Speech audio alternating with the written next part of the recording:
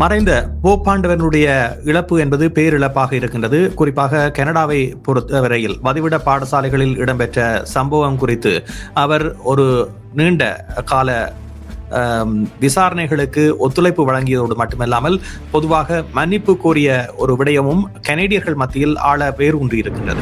நிச்சயமாக இறந்த போப்பாண்டவர்கள் அதாவது உலக சமாதானத்தில் அக்கறை கொண்டவராகவும் தனது உயிர்த்த ஞாயிறு செய்தியில் கூட இந்த காசா இஸ்ரேல் போர் விவகாரங்களை முன்னிறுத்தி கவலை தெரிவித்தவராகவும் இருந்திருக்கின்றார். அதைவிட மால்கம் ரஞ்சித் அவர்களுக்கு இந்த இனவாத பிரச்சனை தொடர்பான அவருடைய பங்கு என்பது அல்லது கண்மூடித்தனமாக மக்கள் கொண்டொழிக்கப்பட்ட பொழுது சிங்களத்தின் பக்கம் நின்ற ஒருவராகவும் மற்றும் அந்த தமிழ் மக்களின் உரிமைகளை சமமாக பார்க்காத ஒருவராகவும் காணப்படுகின்றபடியால் அவருக்கான சாத்தியக்கூறுகளை நிச்சயமாக நாங்கள் சந்தேக கண்ணோடு பார்க்க வேண்டும். இந்த உயிர்த்த ஞாயிறு தாக்குதல் என்பது உலகத்தின் கவனத்தை ஈர்த்த ஒரு விடயமாக பார்க்கப்படுகின்றது.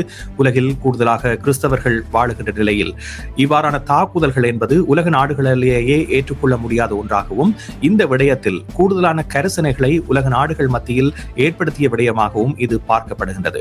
அமெரிக்கா கூட அண்மையில் FBI-னூடாக அறிக்கையை வெளியிட்டிருந்தது. இந்த தாக்குதலோடு தொடர்புடையவர்கள் யார் யார் என்ற விவரங்கள் ஒரு பக்கம் கசியவிடப்பட்டிருந்தாலும் இதனை ஏற்றுக்கொள்ளும் நிலையில் இலங்கை அரசாங்கம் இல்லாத தன்மைதான் வெளிப்படுத்தப்படுகின்றது.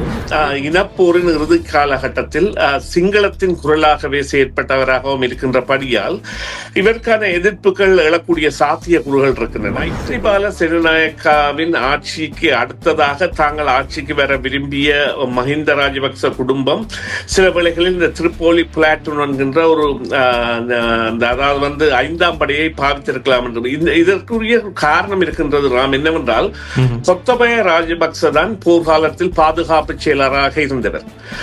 நேரடியாக பிள்ளையான் கருணா ஆகியோர் தொடர்பு கொண்ட முதல் நபராக கொத்தபய ராஜபக்ச இருக்கின்றார் என்றால் அவர் தான் பாதுகாப்பு செயலாளர். அவரின் நேரடி கட்டுக்காட்டின் கீழ் தான் இந்த 5ஆம் படை இயங்கியது. கப்பம், பணம் பறித்தல், கொலை போன்ற முழு வேலைகளையும் செய்து கொண்டு ஒரு முக்கியம் விடயம் சம்பந்தமான விசாரணைகளை தாங்கள் முடுக்கிவிட்டுள்ளதாக தெரிவித்துள்ளார்.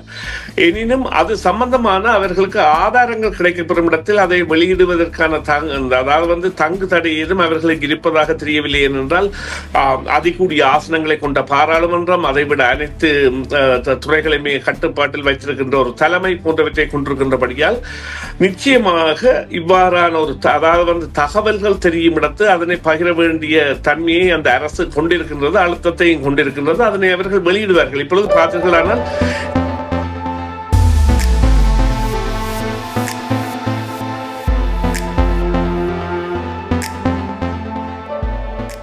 சமகால முக்கிய நிலவரம் தொடர்பாக பேசுகின்ற இந்த நிகழ்ச்சியில் இன்று உயிர்த்த ஞாயிறு தின தாக்குதல் இடம்பெற்று 6 ஆண்டுகள் பூர்த்தி அடைந்திருக்கின்ற நிலையில் இந்த விசாரணைகள் நடைபெற வேண்டும், பாதிக்கப்பட்டவர்களுக்கு நீதி வழங்கப்பட வேண்டும் என்ற கோரிக்கை வலுப்பெற்றிருப்பதை பார்க்கக்கூடியதாக இருக்கின்றது. ஆனால் இன்றைய நாளிலும் கூட இந்த பிரார்த்தனைகளில் ஈடுபட்டவர்களுடைய மனங்கள் அங்கலாய்த்துக் கொண்டிருப்பதைத்தான் பார்க்கக்கூடியதாக இருக்கின்றது. புதிதாக பதவியேற்றிருக்கின்ற அரசும் எந்தவித நடவடிக்கைகளையும் எடுக்காமல் தொடர்ந்து கால நீடிப்பு செய்கின்ற விடயமாகத்தான் இந்த நிலை மாறியிருப்பதை பார்க்கக்கூடியதாக இருக்கின்றது. அதே நேரத்தில் இந்த விடயம் தொடர்பாக கூடுதலான அக்கறை கொண்டு பல்வேறு தகவல்களை வெளியிட்டு வந்திருக்கின்ற பேராயர் மால்கம் ரஞ்சித் ஆண்டகை தன்னுடைய ஆதாரங்களை இன்னமும் சமர்ப்பிக்காத நிலையும் ஒரு கேள்வியை ஏற்படுத்துகின்ற நிலையை தோற்றுவித்திருக்கின்றது. இந்த சூழலில் இது குறித்து ஆரம்பத்தில் நாங்கள் பேச இருக்கின்றோம். அதோடு பாப்பரசர் அவர்கள் மறைந்த செய்தியும் உலகை ஆக்கிரமித்திருக்கின்றது. குறிப்பாக அவருடைய பிரிவு காரணமாக உலக தலைவர்கள் பலரும் தங்களுடைய இரங்கலை வெளியிட்டு வருகின்ற நிலையில் இன்று இது தொடர்பாக பேச இருக்கின்றோம். இப்பொழுது எங்களோடு அரசியல் ஆய்வாளர் சுரேஷ் தர்மா இணைந்திருக்கின்றார். அவரை சந்திக்கின்றோம். வணக்கம் சுரேஷ். வணக்கம் ராம். வணக்கம் நேயர்களே. மறைந்த போப்பாண்டவனுடைய இழப்பு என்பது பேரிழப்பாக இருக்கின்றது. குறிப்பாக கனடாவை பொறுத்தவரையில் வதிவிட பாடசாலைகளில் இடம்பெற்ற சம்பவம் குறித்து அவர் ஒரு நீண்ட கால விசாரணைகளுக்கு ஒத்துழைப்பு வழங்கியதோடு மட்டுமல்லாமல் பொதுவாக மன்னிப்பு கோரிய ஒரு விடயமும் கனேடியர்கள் மத்தியில் ஆழ வேரூன்றி இருக்கின்றது. அவருடைய இழப்பு பற்றி என்ன கூற விரும்புகின்றீர்கள்? குறிப்பாக புதிதாக வர இருக்கின்ற போப்பாண்டவருக்கு இருக்கக்கூடிய கடமைகள், அதே நேரத்தில் அவர் இந்த நாட்டுக்கு குறிப்பாக கனடாவினுடைய உறவுகளோடு பின்னி பிணைந்தவராக இருக்க வேண்டும், உலக சமாதானத்திற்காகவும் ஒத்துழைக்க வேண்டியவராக இருக்கின்றார். இந்த தெரிவு என்பது எப்படி இருக்கும் என்று நீங்கள் நினைக்கின்றீர்கள்? நிச்சயமாக இறந்த போப்பாண்டவர்கள் அதாவது உலக சமாதானத்தில் அக்கறை கொண்டவராகவும் தனது உயிர்த்த ஞாயிறு செய்தியில் கூட இந்த காசா இஸ்ரேல் போர் விவகாரங்களை முன்னிறுத்தி கவலை தெரிவித்தவராகவும் இருந்திருக்கின்றார். அதைவிட மனிதாபிமான நடவடிக்கைகளுக்கு பெயர் போனவராக அல்லது மன்னிப்பு கேட்பதற்கு பெயர் போனவராக நீங்கள் குறிப்பிட்டது போல இந்த ரெசிடென்ஷியல் ஸ்கூல் என்கின்ற கனடாவில் இடம்பெற்ற அதை ஒரு இனப்படுகொலைக்கு ஒத்ததாக கூட எடுக்கக்கூடிய ஒரு விவகாரமாக மாற்றிய தன்மையை கொண்ட திருச்சபையாக இந்த வத்திகான் தலைமை பீடத்தை வைத்திருந்தார் என்பதில் எந்தவித சந்தேகமும் இல்லை. இருந்த பொழுதிலும் இவருடைய மரணத்துக்கான தயார்படுத்தல் என்பது இவர் அதாவது சுவாச நோய் தொற்றுக்குள்ளாக்கி ஜனவரி மாதம் அந்த வெண்டிலேட்டர் சுவாச அதாவது உதவி பெற்ற பொழுதே அங்கே ஆரம்பிக்கப்பட்ட பரீட்சாற்றிக்கப்பட்டது என்றால் அந்த நேரம் கூட அவர்கள் நினைத்திருந்தார்கள் இவர் அதனால் மரணம் சம்பவிக்க கூடும் என்று. எனவே இதற்கான தயார்படுத்தலில் திருச்சபை இருக்கின்றது. வாக்களிக்கக்கூடிய கர்தினால்கள் 80 வயதிற்கு குறைந்தவர்களாக இருக்க வேண்டும். அவ்வாறு 135 பேர் இருக்கின்றார்கள். அவர்களில் 120 பேர் தான் வாக்களிக்கலாம். 120 பேர் வாக்களிக்கலாம். அந்த வாக்களிப்பவர்கள் நிச்சயமாக ஒரு 15 நாட்களுக்கு வாக்களிக்கக்கூடிய தன்மை இடம்பெறும். அதைவிட போப்பாண்டவர்களின் இறுதி அஞ்சலி என்பது அநேகமாக அடுத்த சனிக்கிழமை அல்லது ஞாயிற்றுக்கிழமைகள் நடைபெற்றே முடிய வேண்டும் என்றால் 6-7 நாட்களுக்கு அவர்கள் நடத்துவார்கள். அதன் போதான தெரிவு யாராக இருக்கும் என்கின்ற பொழுதும் இப்பொழுது முதன்முறையாக இலங்கையைச் சேர்ந்த ஒரு 2 கர்தினால்கள் தான் இலங்கையில் இருந்திருக்கிறார்கள். முதலாவது கூறே இப்பொழுது இருக்கிற மால்கம் ரஞ்சித். அவர் மால்கம் ரஞ்சித் அவர்களுக்கு இந்த இனவாத பிரச்சனை தொடர்பான அவருடைய பங்கு என்பது அல்லது கண்மூடித்தனமாக மக்கள் கொண்டொழிக்கப்பட்ட பொழுது சிங்களத்தின் பக்கம் நின்ற ஒருவராகவும் மற்றும் அந்த தமிழ் மக்களின் உரிமைகளை சமமாக பார்க்காத ஒருவராகவும் காணப்படுகின்றபடியால் அவருக்கான சாத்தியக்கூறுகளை நிச்சயமாக நாங்கள் சந்தேக கண்ணோடு பார்க்க வேண்டும். இதுவரையில் இருக்கின்ற அந்த அதாவது இந்த போப்பாண்டவர் தெரிவில் இதுவரையில் நான் நினைக்கின்றேன் ஆரம்ப காலத்தில் கிழக்கு ஆப்பிரிக்காவில் இருந்து 1-2 பேர் வெகு ஆரம்ப காலத்தில் பல நூற்றாண்டுகளுக்கு முன்னர் தெரிவு செய்யப்பட்டிருந்தார்கள். அதன் பின்னர் ஒருவருமே தெரிவு செய்யப்படவில்லை. ஐரோப்பிய வட்டகையிலும் மற்றும் இந்த அமெரிக்காவில் இருந்து லத்தீன் அமெரிக்காவிலிருந்தும் ஒருவர் தெரிவு செய்யப்பட்டிருக்கின்றார். எனவே இப்பொழுது முக்கியமாக உள்ள கேள்வி ஆப்பிரிக்கா, ஆசியா என்பது ஒரு பெரிய கண்டம். அந்த கண்டத்தில் இருந்து ஒருவர் கூட இன்னும் வரவில்லை. அதைவிட வேறு இடங்களில் இருந்து ஒருவரும் வரவில்லை. எனவே அதற்குரிய தெரிவுகளுக்குரிய சாத்தியக்கூறுகள் கூட சில வேளைகளில் அமையலாம் என்னவென்றால் அது திருச்சபைக்குரிய பெரிய குறையாக இருக்கின்றது. அதைத்தான் கூற முடியும். ஆனால் அவர்கள் 15 நாட்களுக்கு தெரிவு செய்து விடுவார்கள். அவ்வாறு வருபவருக்கு உலக சமாதானத்தின் மேல் அக்கறை கொண்டு அதனை நிலைநிறுத்துவதற்கான பொறுப்பு என்பது இருக்கின்றது. நீதி வேண்டி பல தரப்புகளிலும் இலங்கையில் பல முன்னெடுக்கப்பட்டு வருகின்றன. அதே நேரத்தில் இந்த உயிர்த்த ஞாயிறு தாக்குதல் என்பது உலகத்தின் கவனத்தை ஈர்த்த ஒரு விடயமாக பார்க்கப்படுகின்றது. உலகில் கூடுதலாக கிறிஸ்தவர்கள் வாழுகின்ற நிலையில் இவ்வாறான தாக்குதல்கள் என்பது உலக நாடுகளிலேயே ஏற்றுக்கொள்ள முடியாத ஒன்றாகவும் இந்த விடயத்தில் கூடுதலான கரிசனைகளை உலக நாடுகள் மத்தியில் ஏற்படுத்திய விடயமாகவும் இது பார்க்கப்படுகின்றது. அமெரிக்கா கூட அண்மையில் FBI-யினூடாக அறிக்கையை வெளியிட்டிருந்தது. இந்த தாக்குதலோடு தொடர்புடையவர்கள் யார் யார் என்ற விவரங்கள் ஒரு பக்கம் கசிய விடப்பட்டிருந்தாலும் இதனை ஏற்றுக்கொள்ளும் நிலையில் இலங்கை அரசாங்கம் இல்லாத தன்மைதான் வெளிப்படுத்தப்படுகின்றது. அதே போன்று இந்த தாக்குதலுக்கு திட்டமிடப்பட்டதாக கூறப்படுகின்ற தகவல்களின் அடிப்படையில் பிள்ளையான் கைது செய்யப்பட்டிருந்தாலும் அவருடைய கைது நடவடிக்கையின் மூலமாக என்னென்ன தகவல்கள் பெறப்பட்டன, அதன் மூலமாக அடுத்தடுத்த நகர்வுகள் எவ்வாறு மேற்கொள்ளப்படும், அதே நேரத்தில் முன்னாள் ஜனாதிபதி, அரசியல் தலைவர்கள், பிரமுகர்களுடைய தொடர்புகள் இந்த விடயத்தில் எவ்வாறு இருந்திருக்கும், சர்வதேச வலைப்பின்னரில் இது எவ்வாறான தாக்கத்தை ஏற்படுத்தி இருக்கின்றது, இதில் பங்காளிகள் யார் போன்ற விடயங்கள் எல்லாம் இன்னும் ஆராயப்படாமல் இருக்கின்ற ஒரு நிலையைத்தான் வெளி உலகுக்கு காட்டக்கூடிய ஒன்றாக இருக்கிறது.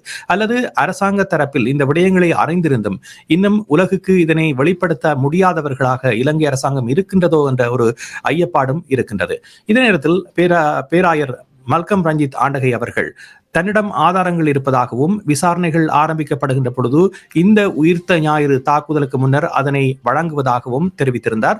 இலங்கை அரசாங்கமும் இந்த தாக்குதல் தொடர்பான பல விடயங்களை இந்த உயிர்த்த ஞாயிறு தினத்தில் வெளியிடுவோம் என்ற ஒரு உத்தரவாதத்தை அளித்திருந்தது. ஆனால் இப்பொழுது அது கால நீடிப்புக்கு உட்படுத்தப்பட்ட ஒன்றாக மாறி இருப்பதை பார்க்கின்றோம்.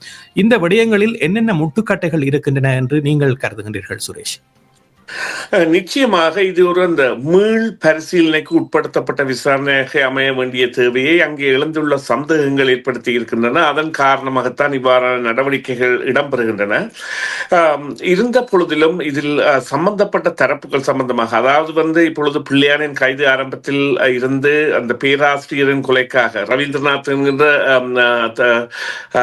பல்கலைக்கழக துணைவேந்தரின் கொலைக்கான காரணமாக காட்டப்பட்டு பிறகு வேறு காரணங்கள் காட்டப்பட்டாலும் இன்னும் உத்தியோகபூர்வமாக இது ஏப்ரல் 21 தாக்குதலுடன் ஒன்றுபட்டதாக இன்னும் அரசால் அறிவிக்கப்படவில்லை. இருந்த பொழுதும் பல கேசியங்கள் வெளியிடப்படுகின்றன.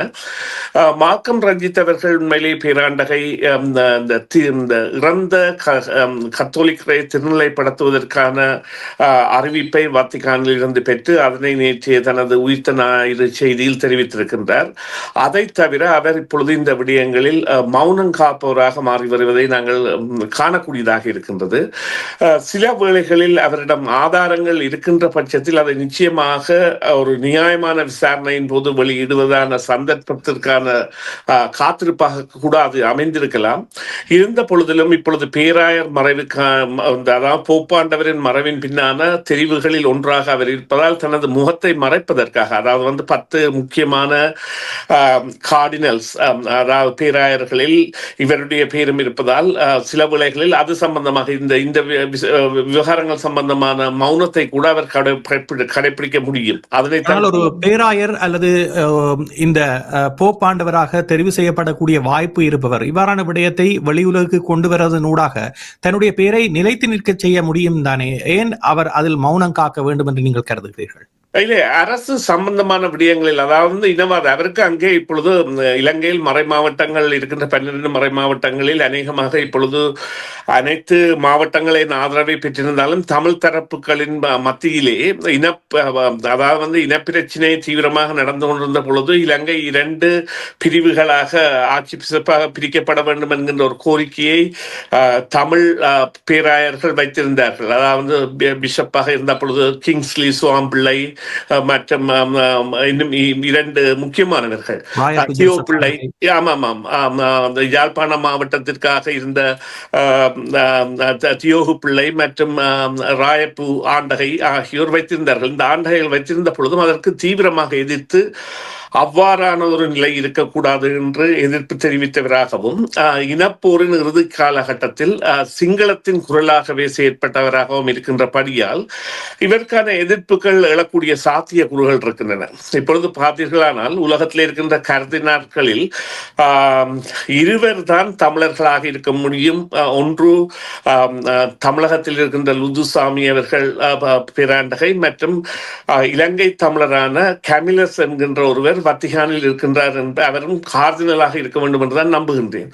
எனவே இவ்வாறான அந்த ஒரு அதாவது கார்டினல்களின் திருச்சபை என்பது அது 250க்கும் மேற்பட்ட உறுப்பினர்களை கொண்டிருந்ததாக இருக்கின்ற பொழுதிலும் இவ்வாறான ஒரு இடத்தில் வாக்களிப்புக்கு தகுதியான 135 பேர் இருக்கிறார்கள் அடுத்த போப்பை தெரிவு செய்வதற்கு. எனவே அவர்களிடையான பிரச்சாரங்கள் மேற்கொள்ளப்படுவதன் மூலம் அல்லது அவர்களிடையான தெளிவு மேற்கொள்ளப்படுகின்ற பொழுது இவருடைய தகுதி நிலை என்பது ஆராயப்பட வேண்டிய தேவையை ஏற்படுத்தும். அந்த நிலையை தவிர்ப்பதற்காக கூட இருக்கலாம் என்று சொன்னால், இந்தியாவை பொறுத்தவரையிலே மொத்தம் 4 கர்தினால்கள் இருக்கின்றார்கள். 4 தென் பகுதியைச் சேர்ந்தவர்கள். 2 கேரளம், 1 ஆந்திரா, மற்றவர் தமிழ்நாடு. அவர்கள் 4 பேரும் தான் இந்த கர்தினால்களாக இருக்கின்றார்கள். எனவே அவ்வாறான ஒரு பயம் கூட அவருக்கு இருக்கலாம். சரி, இப்பொழுது ரணில் விக்ரமசிங்கவினுடைய பெயரும் இந்த விடயங்களில் பேசப்படுகிறது. ஆனால் இன்றைய தினம் ஐக்கிய தேசிய கட்சி சார்பாக வெளியிடப்பட்டிருக்கின்ற கருத்தில் ரணில் விக்ரமசிங்கே எந்த விசாரணையும் முன்கொடுக்க தயாராக இருப்பதாகவும், காரணம் இதற்கு முன்னர் பட்டலந்த என்ற ஒரு விடயத்தை பேசுபொருளாக்கியதற்கான காரணம் ரணில் விக்ரமசிங்கவை குற்றக்கூண்டில் ஏற்ற வேண்டும் என்ற ஒரு நோக்கத்தில் தான் அது வெளியிடப்பட்டது. இப்பொழுது அது மௌனமாகி இப்பொழுது இந்த விடயம் உயிர்த்த ஞாயிறு தாக்குதல் சம்பந்தமாக அவருடைய பெயரை கொண்டு வருவதற்கு இந்த முயற்சிகள் மேற்கொள்ளப்படுவதாக தெரிவிக்கப்படுகிறது. ரணில் விக்ரமசிங்கவினுடைய நிலை என்னவாக இருக்கும்? அதே போன்று முன்னாள் ஜனாதிபதி மைத்ரிபால சிறிசேன போன்றவர்களுடைய விசாரணை அறிக்கையும் இன்னமும் முழுமையாக வெளிப்படுத்தப்படவில்லை. இதில் முன்னாள் அரசியல் தலைவர்களுக்கு எவ்வாறான பங்களிப்பு இருக்கிறது? இல்லை, அவர்கள் அதாவது ஏற்கனவே விசாரணை முடிவடைந்ததாகவும் இது ISS பாணியை ஒத்த அவர்களுடைய அதாவது பின்பற்றலுடனான அல்ல அவர்களை விரும்பி அவர்களை தீவிரமாக நேசித்தவர்களின் தாக்குதலாகவும் இந்த தாக்குதலில் ஈடுபட்ட அனைவரும் இறந்ததாகவும் ஒரு பெண் பற்றிய தகவல்கள் பற்றி சந்தேகம் இருந்தாலும் அவருடைய மரபணு பரிசோதனைப்படி அவருடைய இறப்பு கூட உறுதிப்படுத்தப்பட்டதாகவும் அந்த விசாரணை முடிவுக்கு கொண்டு வரப்பட்டிருந்தது. அதெல்லாம் குறிப்பாக சஹ்ரான் அவர்களின் மனைவி உயிர் தப்பியிருந்தார். அவர் கொடுத்த தகவல்கள் அதற்கு முக்கியமான காரணமாக இருந்தார். அவரும் அந்த குண்டுவெடிப்பில்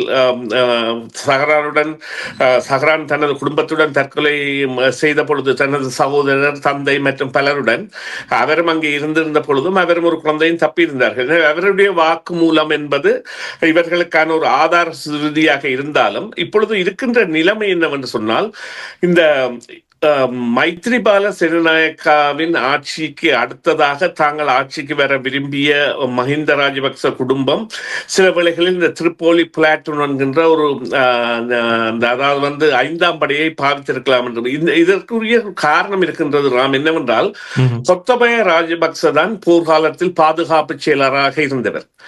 அப்பொழுது அவர் ஆரம்பித்ததுதான் அந்த திரிப்போலி. எனவே அந்த திரிப்போலிக்கு அதாவது நேரடியாக பிள்ளையான், கருணா ஆகியோர் தொடர்பு கொண்ட முதல் நபராக கொத்தபய ராஜபக்ச இருக்கின்றார் என்றால் அவர் தான் பாதுகாப்பு செயலாளர். அவரின் நேரடி கட்டுப்பாட்டின் கீழ் தான் இந்த 5ஆம் படை இயங்கியது. கப்பம், பணம் பறித்தல், கொலை போன்ற முழு வேலைகளையும் செய்து கொண்டு. எனவே அவரால் உருவாக்கப்பட்ட அந்த 5ஆம் படையின் பண பங்களிப்பு என்பது இந்த சஹ்ரான் குழுமத்திற்கு இருந்திருக்கலாம் என்பதில் இப்பொழுது அந்த தகவலில் யாருமே சந்தேகப்படவில்லை. ஆனால் FBI அறிக்கையை பொறுத்தவரையில் அதில் ஒரு முக்கியமான விடயம், இதில் JVP-யினுடைய தேசிய பட்டியல் நாடாளுமன்ற உறுப்பினருக்கு தொடர்பு இருப்பதான தகவலும் வெளிவந்திருந்தது. ஆனால் அரசாங்கம் இந்த FBI அறிக்கையை ஏற்றுக்கொள்ளவில்லை, அதே நேரத்தில் புறந்தள்ளவும் இல்லை. இந்த விடயம் தொடர்பாக அமெரிக்கா வெளியிட்ட அறிக்கை தொடர்பாக எந்தவித தகவலும் தெரிவிக்காமல் இருப்பது என்பது இந்த விசாரணையை முடுக்கி உடனடியாக அதற்கான தீர்வுகளை மக்களுக்கு வழங்குவோம் என்ற உறுதிமொழியோடு வந்த அரசாங்கம் இப்பொழுது ஒரு இடைவெளியை ஏற்படுத்தி இருப்பது போன்ற ஒரு பிரமையை மக்களுக்கு ஏற்படுத்தி இருக்கிறது. இந்த சந்தேகத்தை எவ்வாறு நிவர்த்தி செய்ய போகிறது அரசாங்கம்? இதனை அதாவது நேற்றைய தனது அந்த கருத்து கூறலில் ஜனாதிபதி தெரிவித்தது போல தாங்கள் அந்த விசாரணைக்கு எடுக்க வேண்டியவர்கள் இந்த முக்கியமான சம்பவம் என்று குறிப்பிட்டிருந்தார். ஏப்ரல் 21ஆம் தேதி என்று குறிப்பிடாமல் நாட்டில் நடைபெற்ற ஒரு முக்கிய விடயம் சம்பந்தமான விசாரணைகளை தாங்கள் முடுக்கிவிட்டுள்ளதாக தெரிவித்துள்ளார். எனினும் அது சம்பந்தமான அவர்களுக்கு ஆதாரங்கள் கிடைக்கப்பெறும் இடத்தில் அதை வெளியிடுவதற்கான அதாவது தங்கு தடை ஏதும் அவர்களுக்கு இருப்பதாக தெரியவில்லை. ஏனென்றால் அதிகூடிய ஆசனங்களை கொண்ட பாராளுமன்றம், அதைவிட அனைத்து துறைகளையுமே கட்டுப்பாட்டில் வைத்திருக்கின்ற ஒரு தலைமை போன்றவற்றை கொண்டிருக்கின்றபடியால் நிச்சயமாக இவ்வாறான ஒரு அதாவது தகவல்கள் தெரியும் இடத்து அதனை பகிர வேண்டிய தன்மையை அந்த அரசு கொண்டிருக்கின்றது, அழுத்தத்தையும் கொண்டிருக்கின்றது. அதனை அவர்கள் வெளியிடுவார்கள். இப்பொழுது பார்த்தீர்களானால் இந்த விசாரணைகள் குறித்த கேசியங்கள் இந்த சமூக வலைத்தளங்களில் ஊகங்களினால் பெரிதுபடுத்தப்படுகின்றன. இப்பொழுது அதாவது இந்த FBI என்பது 2021ஆம் ஆண்டு வெளியிடப்பட்ட அமெரிக்க ராஜாங்க திணைக்களம் தான் இந்த அறிக்கையை வெளியிடும். ஆனால் அவர்களுடைய அறிக்கையின் பிரகாரம் 22ஆம் ஆண்டுக்கு பிறகு ஒவ்வொரு வருடமும் வருகின்ற பொழுது அங்கே இலங்கையில் ஒரு பயங்கரவாத நடவடிக்கைகளும் இல்லை என்றுதான் வருகின்றது. இந்த 2019ஆம் ஆண்டு தாக்குதல் தான் 2021ஆம் ஆண்டு அறிக்கையில் தெளிவாக விவரணப்படுத்தப்பட்டிருந்தது. எனவே இது குறித்து அதாவது பல செய்திகளும் திசை திருப்புகின்றன இருக்கின்றன. நிச்சயமாக பங்கு இருக்கும் என்பதில் எந்தவித சந்தேகமும் இல்லை. ஆரம்ப வளர்ச்சிக்காகவும் அவர்கள் தாக்குதல்களை மேற்கொள்வதற்கான பங்கு இவர்களுக்கு இருந்திருக்கும் என்பதில் எந்தவித சந்தேகமும் இல்லை. ஆனால் அது இவ்வாறு ஒரு குண்டுவெடிப்பாகவும் தற்கொலை தாக்குதலாகவும் மாறும் வரை தொடர்பிருந்ததா என்பதுதான் இப்பொழுது அறிய வேண்டிய தேவையாக இருந்தது. இப்பொழுது இவ்வாறு கூறுங்கள், கொத்தபய ராஜபக்ஷ பாதுகாப்பு செயலாளராக இருந்து பதவி விலகிய பின் அல்லது மஹிந்த ராஜபக்ஷவின் பதவி தூக்கி எறியப்பட்டு மைத்ரிபால சிறிசேனா வந்ததன் பின் அந்த திரிப்போலி அமைப்பு என்பது எவ்வாறு இயங்குது என்பதுதான் இப்பொழுது அந்த $1 மில்லியன் கேள்வி. அதன் பொழுது இவ்வாறான நடவடிக்கைகள் ஊக்குவிக்கப்பட்டனவா போன்றனவை எல்லாம் கேட்டறியப்பட வேண்டிய விடயங்களாக இருக்கின்றன. அல்லது அந்த காலத்தில் கூட மஹிந்த ராஜபக்ஷ அல்லது கொத்தபய ராஜபக்ஷவின் கட்டுப்பாட்டில் அவர்கள் இருந்தார்களா என்கிற கேள்வி கூட இருக்கின்றது. எனவே இது ஒரு மிகவும் சந்தேகமான, அதேவேளை பலவீனமான, ஆனால் பலமாக கருத்துக்களை உருவாக்குகின்ற விடயமாக இருக்கின்றது. பலமான கருத்துருவாக்களை உருவாக்குகின்றது. நீங்கள் பார்த்தீர்களானால் ஊடக பரப்பில் பலரும் பல கேஷங்களையும் அனுமானங்களையும் வெளியிடுகின்ற வகையில் இது ஏற்படுத்தி இருக்கின்றது. நன்றி சுரேஷ், நிகழ்ச்சியில் கலந்து கொண்டமைக்கு. நாங்கள் மீண்டும் மற்றொரு பொழுதிலே பேசுவோம். நன்றி ராம், நன்றி நேயர்களே, மீண்டும் ஒரு பொழுதில் சந்திப்போம். CMR யூடியூப் சேனலில் இணைந்திருக்கும் நேயர்கள் அனைவருக்கும் எமது நன்றி. காமெண்ட்ஸ் பகுதியில் உங்கள் கருத்துக்களை தெரிவிக்க தவறாதீர்கள். முக்கிய செய்திகள், காணொளி தொகுப்புகள், நேர்காணல் என பலதரப்பட்ட அம்சங்களையும் உங்களுக்காக தருகின்றது CMR யூடியூப் சேனல். CMR என்று சர்ச் செய்து எமது யூடியூப் சேனலை சப்ஸ்கிரைப் பண்ணுங்கள். உங்கள் உற்றார் உறவினர் நண்பர்களோடும் இந்த காணொளி தொகுப்புகளை பகிர்ந்து கொள்ளுங்கள். அருகில் இருக்கின்ற முக்கிய காணொளி தொகுப்புகளையும் தவறவிடாமல் பாருங்கள்.